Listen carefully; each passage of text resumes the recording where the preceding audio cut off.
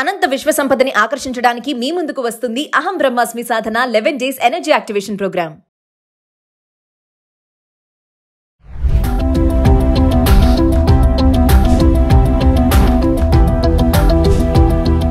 నమస్తే, welcome back to Suman T. ప్రస్తుతం మనతో పాటు ఉన్నారు అనలిస్ట్ మందరి కృష్ణారెడ్డి గారు.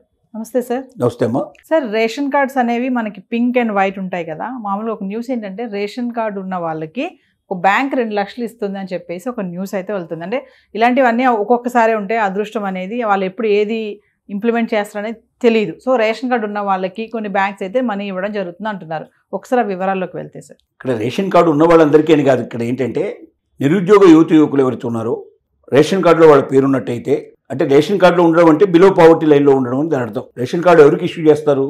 ప్రతి వాళ్ళకి రేషన్ కార్డు ఇవ్వరు. ఎవరైతే ఆర్థిక స్థితి తక్కువ ఉందో వాళ్ళకి బియ్యం కానీ పంచదార కానీ మిగిలిన కొన్ని వస్తువులు తెచ్చుకోవడానికి వీలుగా గవర్నమెంట్ సప్లై చేసేటువంటి సప్లైస్ వాళ్ళకి అందేటట్టుగా చేస్తారు. వాళ్ళకి రేషన్ కార్డు ఇష్యూ చేస్తారు. అంటే రేషన్ కార్డు ఉన్నది అని అంటే దాని అర్థం వాళ్ళు ఆర్థిక స్తోమత తక్కువగా ఉన్నవాళ్ళు అని అర్థం. సో వీళ్ళు ఏం చేశారంటే ఆర్థిక స్తోమత ఉందా లేదని వెళ్ళి వాళ్ళని చెక్ చేయడం కన్నా రేషన్ కార్డు హోల్డర్స్ అయితే ఎవరి దగ్గర ఉన్నారో వాళ్ళు కాస్త కుస్తో చదువుకున్న వాళ్ళు, మినిమం ఎడ్యుకేషన్ ఉండేటువంటి వాళ్ళు ఎవరుతున్నారో వాళ్ళకి 45 రోజుల పాటు ఒక కోర్సు నేర్పించి వాళ్ళకి 2 లక్షల రూపాయలు మంజూరు చేసి ఆ 2 లక్షల రూపాయల్లో వాళ్ళు ఒక చిన్న ఎంటర్ప్రీనర్షిప్ వాళ్ళు స్టార్ట్ చేసుకోవడానికి వీలుగా వాళ్ళు బతుకుదెరువు వాళ్ళ కాళ్ళ మీద వాళ్ళు నిలబడి పోషించుకునే విధంగా తయారు చేస్తున్నారు. దీంట్లో union bank of India Vizianagaram లోపల దీన్ని అమలు చేయడం జరుగుతుంది.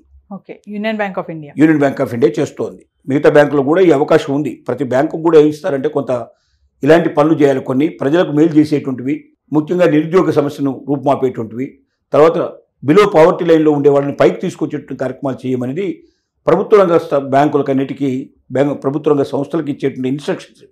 సెంట్రల్ గవర్నమెంట్ నుంచి ఇలాంటి ఇన్స్ట్రక్షన్స్ ఉంటాయి. ఎవరైతే ఇలాంటి పనులు చేస్తుంటారో ఈ పనులన్నీ కూడా కేంద్ర ప్రభుత్వం దృష్టికి తీసుకెళ్ళినప్పుడు ఆ బ్యాంకులకు ఇంకా కొన్ని సౌకర్యాలు అదనపంగా కల్పించేటువంటి ప్రయత్నం కూడా గవర్నమెంట్ చేస్తుంది. అంటే ఇవన్నీ మ్యాండేటరీ. ఖచ్చితంగా ప్రతి బ్యాంకు కూడా ఇలాంటివి అమలు చేయాల్సి ఉంది. ఒక్కొక్క బ్యాంకు ఒక్కొక్క రకమైనటువంటి విధానాలు తీసుకుంటుంది. కొందరు రైతులకు మేలు చేసే ప్రయత్నం చేస్తారు, కొందరు మహిళలకు మేలు చేసే ప్రయత్నం చేస్తారు, వీళ్ళు నిరుద్యోగులకు మేలు చేసేటువంటి ప్రయత్నం వీళ్ళు చేశారు.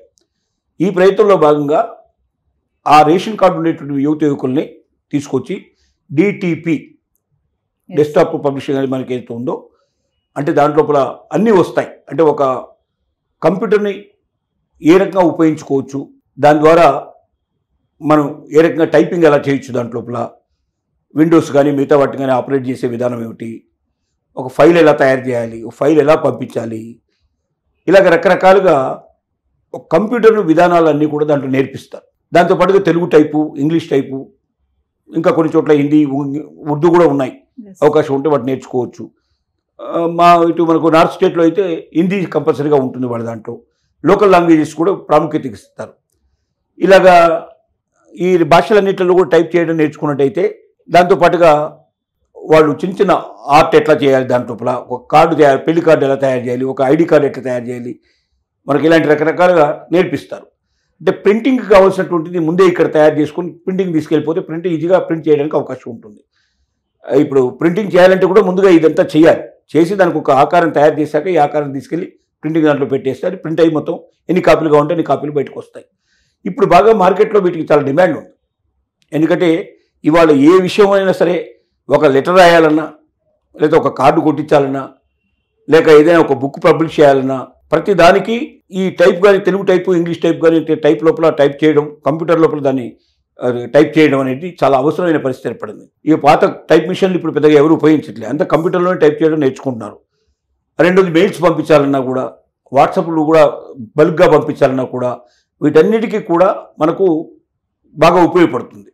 ఈ కంప్యూటర్ ద్వారా చేయడానికి అవకాశం ఉంది. దానికి వచ్చిన జిరాక్స్ మిషన్ కూడా పెట్టుకుంటే ఇంకా జిరాక్స్ కూడా చేసి ఇవ్వచ్చు. ప్రింటర్ పెట్టుకుంటే ప్రింట్ తీసేసి ప్రింటింగ్ కూడా ఇవ్వచ్చు. ఇలా రకరకాల సర్వీసులు చేయొచ్చు. ఇవాళ చాలా అవసరం అది. సో దీనివల్ల ఏంటంటే ఒక మనిషి రోజు కనీసం నెలకు ఒక 50,000 1,00,000 రూపాయలు సంపాదించుకునే అవకాశాలు ఉన్నాయి.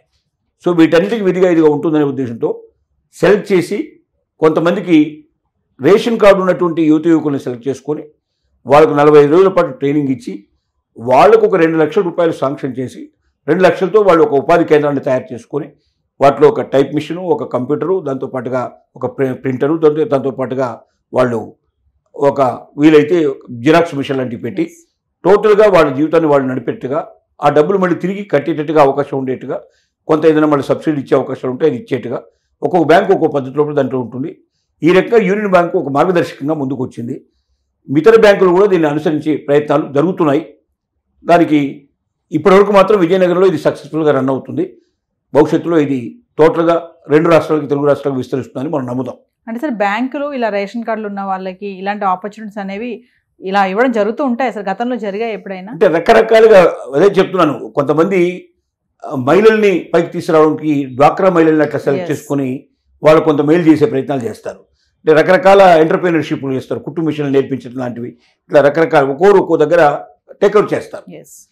దాంట్లో భాగంగా వీళ్ళు ఏం చేశారంటే నిరుద్యోగులు సెలెక్ట్ చేసుకున్నారు.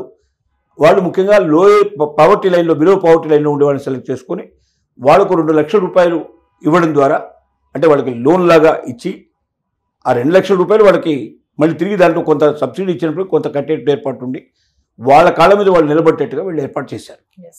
Thank you sir.